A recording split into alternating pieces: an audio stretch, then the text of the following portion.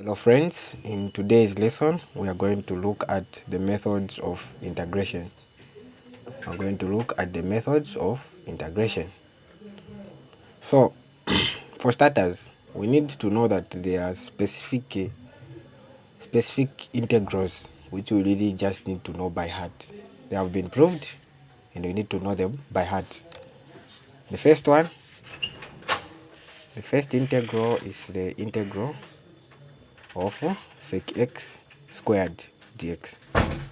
This is going to turn into tan x plus c. Now what you know is when you differentiate tan x, you're going to get what? Sec x squared. The second one, it is the integral of 1 over x dx, which will give you what? Natural log of x plus c. When you differentiate natural log of x, you're going to get this boy.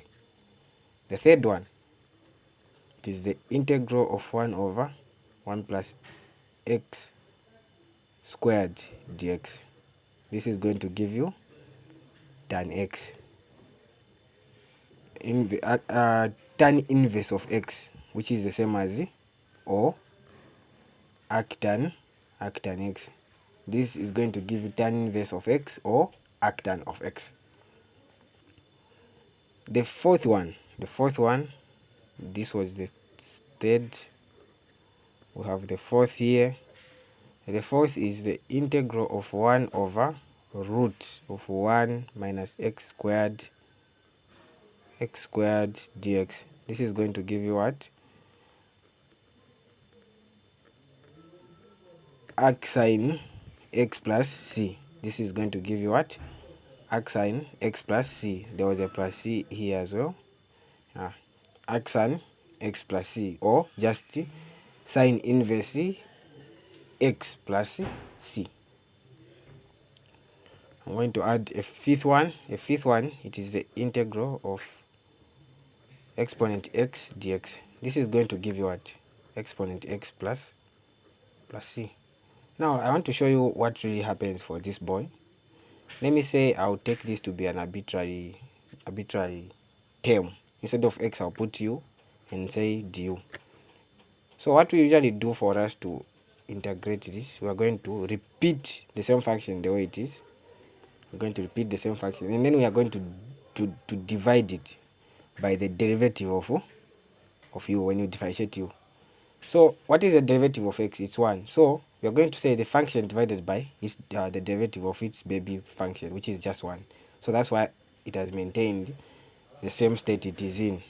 So what it means is, if you are going to have this exponent 2x dx to differentiate, to integrate this, we're going to get the same function. Now what is the derivative of 2x? Is 2 divided by what? Divided by 2 plus c. Let's go to another, to a sixth and seventh. Let me add the last one, the eighth, for the derivative, which you just need to know by heart.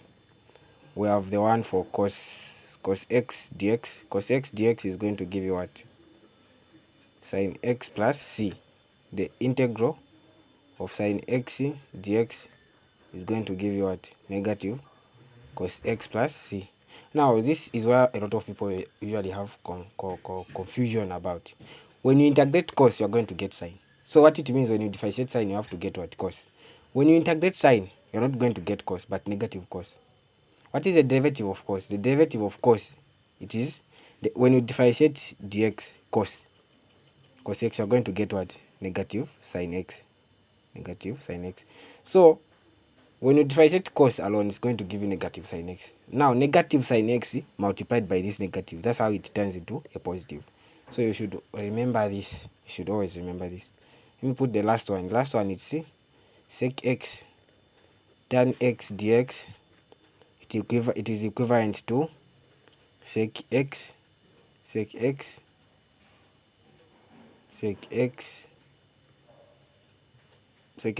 plus c. Sec x plus c. Now this is the integral of sec x tan x is just the same as sec x. It's the same as the integral of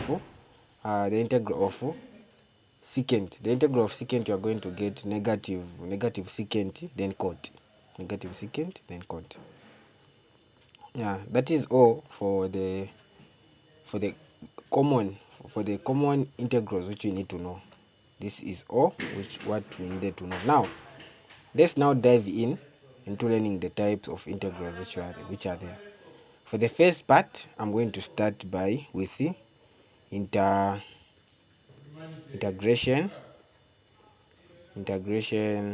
by parts. I'm going to start with the integration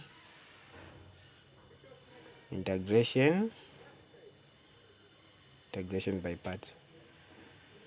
So now one thing you need to know for you to identify if you are required to use integration by part. If you are required to use integration by part, you are going to have the first and cardinal most rule. You need to have two functions which are multiplying. So you are going to have f of x and g of x multiplying, being integrated with respect to x. An example. This is an example of where you'll be required to use the what? The integral, integration by parts. Where you'll be required to use integration by parts. Where you're having a function like this, there's a function like this, and you're also having a function like this. So there are two functions. There's f of x and g of x. This can be g of x as well, and this f of x. Just two functions multiplying. Two functions multiplying, when you're integrating them, you're going to use by parts. Now, how do you integrate using by parts? The formula for by parts. So among your two functions, one is going to be u, the other one is going to be what? dv. Now, how do you integrate? How you integrate is you are going to use u. Since let's say you have u, you can find what? du by using your u which you have. For you to move from u to du, you just have to differentiate once. And in the function you have dv, you can just integrate dv and have what? v. Once you have u, v, dv and du, you can go ahead and use this formula, which is u, you get u, you multiply it with v, say less the integral of v multiplied by what? Multiplied by du. Now this, ladies and gentlemen, is the formula which we are going to be using when we are integrating using by parts method. This is the formula which we are going to use when we are integrating using the by parts method. Now there is this little rule which you also need to follow, which will help you on identifying which one is your u and which one is your what? Your dv. There is this little rule which you need to follow. I like calling it LIATE. LIATE. So L stands for log. I stands for what? Inverse. Then A stands for algebra. A stands for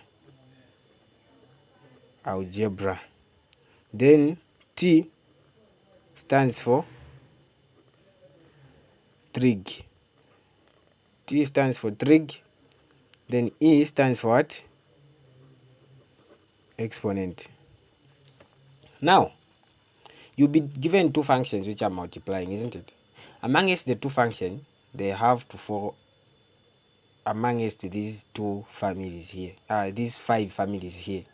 So let's say for this example I gave you, exponent of x falls amongst which family here? Does it fall on the log? No. Inverse? No. Algebra? No. Trig? But it falls under what? Exponent. So I'm going to write it here. Now we have to go to our second part. X falls in which family? Log? No. Inverse? No. Algebra. So x is the same, it falls under the algebra family. Now from here, how do you identify your u? Your u is the first that you come by when you're starting from the top. You are just starting from the top. Log, inverse. You have found x first. This is our u. Then the last to appear is our dv.